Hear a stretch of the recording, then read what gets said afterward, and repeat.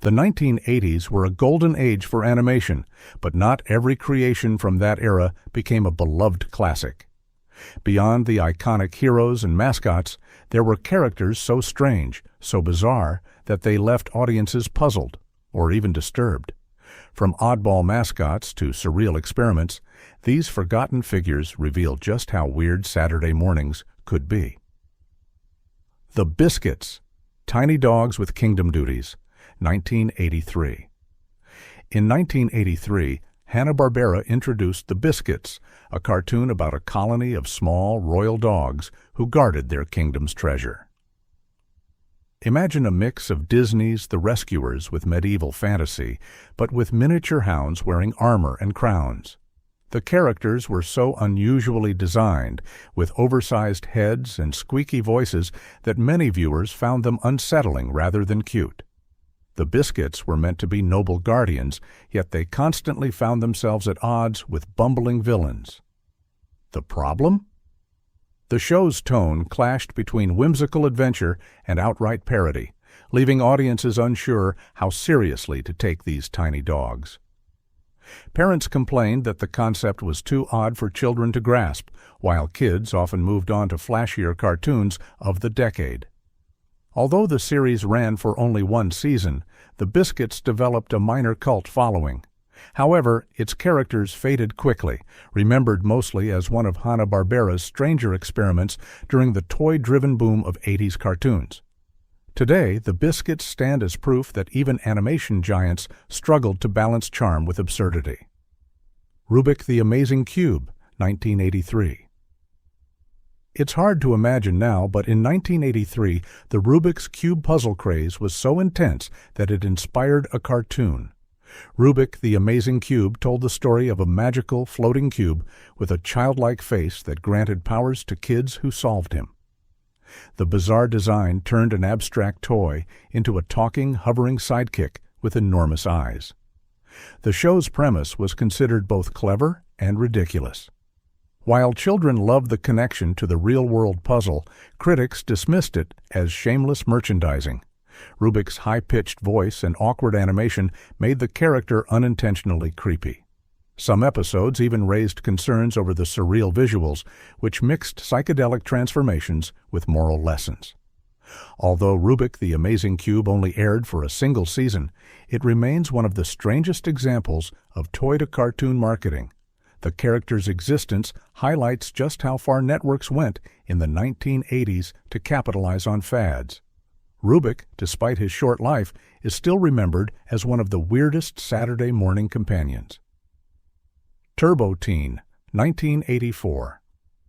Perhaps no 1980s character is remembered with as much disbelief as Brett Matthews, better known as Turbo Teen. After a freak lab accident, this teenage boy gained the bizarre ability to transform into a red sports car whenever exposed to heat, and change back when cooled down. The Sai-Ice transformation scenes with melting skin and morphing limbs unsettled many young viewers. Turbo Teen's creators claimed they were inspired by both superhero comics and Knight Rider, but the result was far stranger. Instead of sleek action, audiences got an uncanny hybrid of man and machine. Viewers often questioned the logic. Did Brett feel pain when his tires screeched? What happened if someone tried to drive him? These unanswered questions fueled controversy. While the show only lasted 13 episodes, its surreal premise has been mocked ever since. Turbo Teen remains a cult curiosity, often cited as one of the weirdest cartoons of the decade.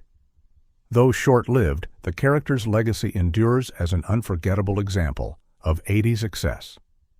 The Snorks, colorful undersea oddities, 1984. While the Smurfs became a cultural juggernaut, Hanna-Barbera attempted to replicate the formula underwater with the Snorks. These tiny, colorful sea creatures had snorkel-like tubes sticking from their heads, which made them instantly bizarre to watch. Unlike the Smurfs' medieval fairy tale setting, the Snorks lived in a surreal undersea world filled with bubble-powered technology. Though intended to be cute, the designs drew mixed reactions. Some parents praised the cheerful messages about teamwork, but others felt the characters' strange head tubes made them look unsettling. Critics often accused the show of being a watered-down Smurfs copy, and despite running for 4 seasons, it never achieved the same level of success. Culturally, the Snorks left behind a strange legacy. They were popular enough for toys and lunchboxes, but their quirky appearance ensured they'd always feel second-rate compared to their forest-dwelling cousins. Today, the Snorks remain a vivid reminder of how studios tried, and often failed, to replicate past formulas with increasingly bizarre twists. Mr. T Cartoon, 1983. In 1983, one of television's biggest personalities became a cartoon hero. The show followed the gold-chained icon as he coached a gymnastics team that solved mysteries across America. The bizarre part? The animated Mr. T was even larger than life, drawn with exaggerated muscles and a permanent scowl, often teaching kids life lessons in the middle of wild adventures. The character's cartoon persona was both inspiring and strange. While Mr. T was admired for promoting discipline and kindness, critics saw the concept of a celebrity bodyguard leading gymnasts into danger as ridiculous. Parents questioned whether the violence and over-the-top plots aligned with the supposed morals. Still, the animated Mr. T became an unforgettable 80s character. With his booming voice and strange animated adventures, he stood as both a cultural oddity and a marketing machine. Though the series faded, the bizarre idea of Mr. T as a cartoon coach remains one of the decade's strangest creations. The New Adventures of Mighty Mouse, 1987. Mighty Mouse was a legend dating back to the 1940s, but in 1987, animator Ralph Bakshi revived him in The New Adventures of Mighty Mouse. This wasn't the cheerful superhero kids remembered.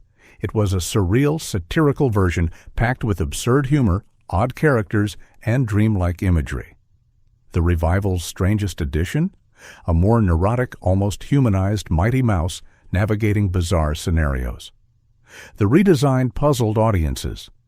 Instead of simple heroics, the show featured oddball side characters, distorted villains, and plots that sometimes made little sense. One infamous episode drew parental outrage when critics claimed a scene depicted Mighty Mouse sniffing a crushed flower in a way that seemed inappropriate. The controversy sparked debates about censorship, leading to edits and network discomfort. Despite these scandals, Bakshi's take developed a cult following among animation fans, praised for pushing boundaries and parodying the genre itself. But for many families tuning in on Saturday mornings, this new Mighty Mouse was unsettling compared to the wholesome classic. His bizarre antics ultimately cut the series short, leaving behind a legacy as one of the strangest reimaginings of a childhood hero. Sedme Punky Brewster's Glomer, 1985. The live-action sitcom Punky Brewster was charming enough, but when NBC launched an animated spin-off in 1985, things got truly bizarre. Enter Glomer, a fuzzy magical creature with rainbow fur, stubby legs, and a heavy accent who lived with Punky. Glomer could warp reality, shrink objects, and teleport characters, powers that often pushed the cartoon into surreal territory. While Punky Brewster herself was beloved, Glomer quickly became a point of debate. Critics argued the strange design, half troll, half teddy bear, was unsettling. Parents complained that Glomer's magical powers solved every problem too conveniently, undermining the grounded lessons of the original series. Some even accused the character of being an unnecessary mascot, forced into the franchise to sell toys. Though it's Punky Brewster. Lasted 2 seasons, Glomer never found the same affection as Punky herself. He is remembered more as a strange relic of 80s animation, where studios often tacked on weird, magical sidekicks in hopes of making shows more fantastical. In hindsight, Glomer feels less like a friend and more like a surreal distraction, an oddity that kept the cartoon from ever matching its live-action charm. The Adventures of Teddy Ruxpin, 1986. Teddy Ruxpin, the animatronic talking bear toy, was already unusual. But in 1986, he got his own syndicated cartoon, and the result was one of the strangest shows of the decade. Unlike most toy-based cartoons, The Adventures of Teddy Ruxpin was serialized, with an ongoing fantasy plotline about a magical world. The bizarre part? The characters' designs, stuffed animal-like beings navigating surprisingly dark adventures. Teddy himself was innocent and gentle, but his friends, like Grubby, a giant caterpillar with multiple legs, were unsettling for some viewers. The storyline sometimes dealt with themes of loss, betrayal, and danger, far heavier than the soft-spoken bear implied. Parents questioned whether such serious storytelling belonged in a show that looked like it was meant for preschoolers. Though praised by some for ambition, the show never found a wide audience. Critics felt the mix of cuddly characters and dark fantasy themes was too jarring. Teddy Ruxpin's cartoon quickly vanished, remembered today as a bizarre experiment in blending a cuddly toy with sprawling epic storytelling. Its characters remain some of the strangest to ever leap from toy shelves to Saturday morning screens. The Rude Dog and the Dweebs, 1989. In 1989, CBS introduced Rude Dog and the Dweebs, a cartoon based on a line of edgy T-shirts popular among teenagers. The show centered on Rude Dog, a neon-colored sunglasses-wearing bull terrier who ran a garage with his gang of misfit dogs known as the Dweebs. Each character had exaggerated, quirky designs that pushed the boundaries of cartoon strangeness. The problem was clear from the start. Rude Dog's too-cool-for-school attitude clashed with the bumbling, often unpleasant antics of his companions. Parents found the show's slang-heavy dialogue and chaotic energy grating. Critics accused the series of being a thinly disguised commercial for T-shirts with little narrative depth. Some stations even hesitated to carry the show, citing its odd tone. Despite a brief run, Rude Dog became a symbol of late 80s over-marketing. His exaggerated design and strange sidekicks were quickly forgotten after the series ended, leaving him as one of the most bizarre cartoon mascots of the decade. Today, Rude Dog is remembered less for his adventures and more as proof that not every fad could make a lasting cartoon character. Kissyfur, 1986. Among the many animal-based cartoons of the 1980s, Kissyfur stood out for its odd blend of heartwarming family drama and surreal character designs. The show followed Kissyfur, a young bear cub, and his father Gus as they fled the circus to start a new life in the swamps with a community of quirky animals. The supporting characters, like Miss Emmy Lou, the schoolteacher, and the villainous gators Floyd and Jolene, were eccentric and strangely designed. The mix of heartfelt father-son moments with bizarre swamp politics left some viewers confused. While many children found Kissyfur adorable, parents often questioned whether the show's darker themes, escape, danger, and survival, were appropriate for Saturday morning television. The strange name Kissyfur itself became the subject of jokes, making the character hard to take seriously. Although the series ran for 4 seasons, it never reached the fame of other animal cartoons like The Smurfs or DuckTales. Today, Kissyfur is remembered as a weirdly earnest show that couldn't quite decide if it wanted to be heartwarming or surreal. The character remains a nostalgic oddity, emblematic of the stranger corners of 80s animation. Fangface, 1980 reruns, originally 1978. Although Fangface technically debuted in the late 1970s, it ran heavily in the early 80s and earned a spot as one of the most bizarre characters still haunting Saturday mornings. Fangface was a teenage werewolf who transformed whenever he saw the moon, or even a picture of it. His wolfish alter ego was goofy, clumsy, and prone to destroying everything around him. The strange concept confused young viewers. Unlike scary werewolves of horror films, Fangface was designed to be a lovable doofus, but his unpredictable transformations, often played for laughs, unsettled some kids. Parents complained about the violent slapstick that followed every change, while critics dismissed the show as a shallow Scooby-Doo clone with a monster gimmick. What made Fangface especially bizarre was his human persona. In his normal state, Sherman Fangs Fangsworth was meek and unassuming, but one glimpse of the moon turned him into a chaotic whirlwind. This duality was too unsettling for some, and the character quickly became a cult oddity rather than a mainstream hit.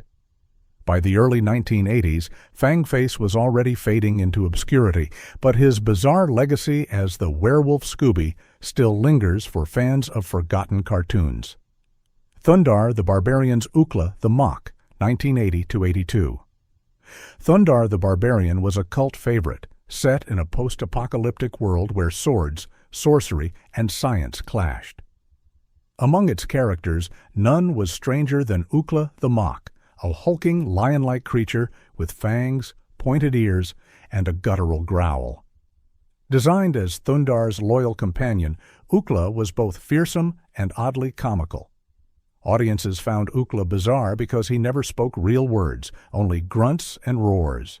His strange vocalizations left kids both amused and confused, while parents often questioned what purpose he served besides comic relief. Critics noted that his design seemed stitched together from bits of Chewbacca, Conan's sidekicks, and Saturday morning monster cliches. Despite his oddity, Ookla developed a loyal fan base, and his strange appearance added to the surreal world of Thundarr. But his bizarre look and incoherent growls made him one of the most outlandish cartoon companions of the decade. Today, Ookla is remembered as both an icon of cult animation and a character so strange he could only have come from the wild imagination of early 80s animators. The Lunatics, Looney Tunes Future Heroes 1980s concept, debuted 2005 but inspired by 80s drafts. In the 1980s, Warner Brothers began experimenting with futuristic versions of their classic Looney Tunes characters. Though the actual series Lunatics Unleashed aired in the mid-2000s, its bizarre cyberpunk designs originated from late 80s concept art. The idea? Take Bugs Bunny, Daffy Duck, and the rest of the gang and reimagine them as armored, anime-inspired superheroes in a dystopian future. The designs were unsettling, elongated limbs, glowing eyes, and spiky armor that stripped away the humor of the originals. When the characters were revealed decades later, fans traced their roots back to 80s-era rebranding attempts. The backlash was immediate, with critics calling them too dark and too bizarre for beloved cartoon icons. Though technically realized later, the seeds of this bizarre reimagining were pure 80s, when studios were constantly trying to reinvent classic characters with futuristic or extreme makeovers. The Lunatics remain infamous as an odd footnote in cartoon history, proof that even timeless icons weren't safe from the decade's strangest design choices. Shasht the Potato Head Kids, 1986. Hasbro's Mr. Potato Head toy was already iconic, but in 1986 the company attempted to expand his universe with the Potato Head Kids. The show introduced a gang of oddly designed potato children with detachable body parts, each with exaggerated personalities and strange appearances. The designs were undeniably weird, oversized eyes, floating hats, and limbs that looked glued onto oval bodies. While the intent was to create a playful spin-off for kids, the Potato Head Kids often looked more grotesque than charming. Parents complained that the characters came across as unsettling, while critics dismissed the show as little more than a toy commercial. Despite airing alongside My Little Pony and Friends, the Potato Head Kids never gained traction. They lacked the warmth or relatability of other animated ensembles, and their awkward designs doomed them to quick obscurity. Today, they're remembered primarily as one of Hasbro's strangest attempts to expand its toy empire into television, standing as a bizarre relic of 80s cartoon marketing gone wrong. Jace and the Wheeled Warriors Saw Boss, 1985. Topping our list is Saw Boss, the villain from Jace and the Wheeled Warriors, a character so bizarre he remains unforgettable. Unlike typical cartoon villains, Sawboss wasn't human or even humanoid. He was a giant plant-based creature fused with a saw-bladed vehicle, part of a race called the Monster Minds. His design merged organic plant life with mechanical monstrosities, creating a nightmarish hybrid. Children found Sawboss both terrifying and confusing. His glowing eyes and menacing voice made him stand out, but the logic of a plant machine overlord was hard to grasp. Parents questioned whether the creepy imagery was too intense for Saturday mornings, and critics often noted how strange it was to have a villain who was essentially a talking plant car hybrid. Despite his bizarre nature, Sawboss left a lasting impression. He was more menacing than most cartoon villains of the era, and his design symbolized the 80s fascination with combining nature, technology, and surreal horror. Today, Sawboss is remembered not only as the weirdest character of Jace and the Wheeled Warriors, but as one of the most bizarre creations in all of 80s animation. And there you have it, 15 of the most bizarre cartoon characters from the 1980s that time almost forgot. Some were unsettling, some were hilarious, and others were just plain strange. Which one do you remember? Let us know below, and don't forget to like, share, and subscribe for more hidden cartoon history.